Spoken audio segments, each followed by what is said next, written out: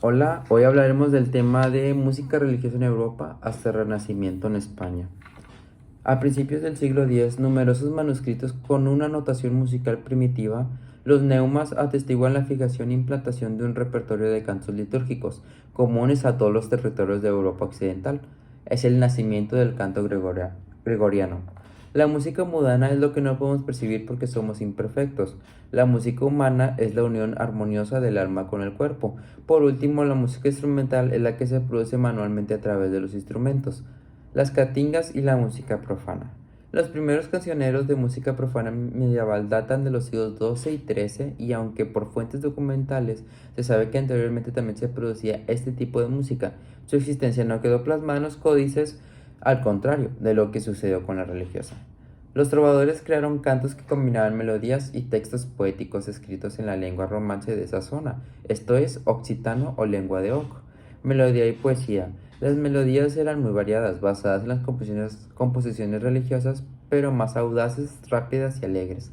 La música polifónica. En los siglos XII y XIII, al apoyo de la lírica trovadoresca, la canción popular y la danza cobra especial importancia en tercer fenómeno relevante de la historia de la música medieval. La polifonía, y aunque no se convierte en el género dominante, supone un gran avance musical. La polifonía es el arte de combinar simultáneamente los sonidos y las melodías de varias voces e instrumentos para formar un todo armónico. Polifonía primitiva. Las formas musicales más interesantes de este periodo son el órgano paralelo, el órgano melismático y el discantum. Guillaume de Machado. A Guillaume de Machado se le considera el creador más influyente y prolífico del siglo XIV, tanto en el ámbito de la poesía como el de la música, y es también el máximo representante del Ars Nova, con composiciones musicales que abarcan todas las formas habituales de la época. La vida de este prolífico compositor se inició hacia el año 1300 en el norte de Francia, en la región de Champagne. Recibió educación religiosa cerca de Reims y a los 20 años tomó los hábitos. El renacer tras la Edad Media. Una serie de factores políticos, sociales, económicos e intelectuales hicieron posible la gran revolución musical del siglo XVI. La imprenta contribuyó a la difusión de la nueva música y las mecenas y los grandes fastos principescos al intercambio musical por toda Europa, a imitación de la antigüedad. Los músicos fueron asimilando lentamente las teorías antiguas sobre la expresión de las pasiones y la importancia del texto literario, y no fue hasta mediados del siglo XVI cuando ese aprendizaje se plasmó en composiciones musicales en las que se imitaba el nuevo modo de expresión. Maestros franco-flamencos. Como ya se ha mencionado, la música del siglo XV, sin ser plenamente renacentista, ya inició un periodo de cambio y sienta las nuevas bases que se plasmarán de forma clara en la siguiente centuria. De entre sus compositores destacan Dufay, Bichois y Ockeghem.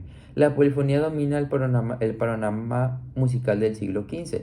El repertorio religioso está representado por dos formas musicales, la misa y el motete. En la música profana es la canción polifónica la que alcanza mayor auge, pero aunque una canción más intimista, refinada y culta que la del siglo anterior, una canción que, aunque no desdeña el relato de acontecimientos históricos. Josquin de Prez. Este compositor es la pieza central de la música de principios del Renacimiento. Logró integrar las técnicas compositivas del contrapunto y la armonía con los principios humanistas que abogaban por el poder de expresión y la influencia de la música.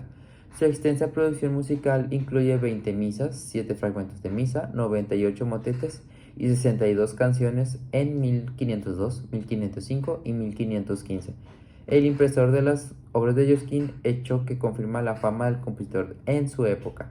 El Renacimiento en Inglaterra. La música renacentista inglesa del siglo XVI estuvo marcada por los acontecimientos derivados de la reforma religiosa y por las personalidades de los reyes de las épocas, Enrique VIII y sus hijas Isabel I y María Tudor. Un músico sobresale entre todos, John Taverner. Era una música muy reacia a aceptar influencias del continente y apenas se detectaba en ella la herencia flamenca tan generalizada en el resto de Europa. Thomas Tallis. Thomas Tallis fue uno de los más grandes compositores ingleses de música religiosa del siglo XVI y su carrera ilustra a la perfección el ambiente de continuas transformaciones dictadas por los acontecimientos históricos que tuvieron que afrontar los músicos de su época. Compuso principalmente música sacra, inicialmente en latín para la Iglesia Católica y más tarde en inglés tras la Reforma Protestante. William Byrd, discípulo de Thomas Tallis, ha pasado a la historia con el sobrenombre de padre de la música inglesa, ya que fue el último gran compositor de música sacra católica y el primero de música secular en la Edad de Oro isabelina. Emoción de la música. Byrd cultivó todos los géneros musicales que practicaban entonces en Inglaterra, tanto música instrumental como vocal, tanto sagrada como profana. A menudo escribió música vocal profana para una sola voz acompañada de la viola. Renacimiento flandés. La música es la segunda mitad del siglo XVI y tiene en los Países Bajos un brillante e indiscutible maestro, Orlando di Lasso. Fue un músico ecléctico, deseoso de renovar y amante de las formas musicales profanas, especialmente del madrigal, cuyos procedimientos introducen una audacia en la música religiosa. El Renacimiento en Italia. La escuela romana del siglo XVI tiene como máximo representante a Palestrina. Él reúne en su producción lo mejor de la tradición polifónica vocal y una sensibilidad inteligente muy personales y difíciles de igualar. Respetados por todos, Palestrina fue el mejor representante de la extensa y rica tradición polifónica vocal. El Renacimiento en España. La música renacentista en española, tanto sacra como profana, tiene una característica muy personal: el dominio del sentido del drama y de la expresión de los sentimientos, frente a la construcción más intelectual que se practicaba en el resto de Europa. Tres son sus figuras clave: Morales, Guerrero y Tomás de Luis Victoria.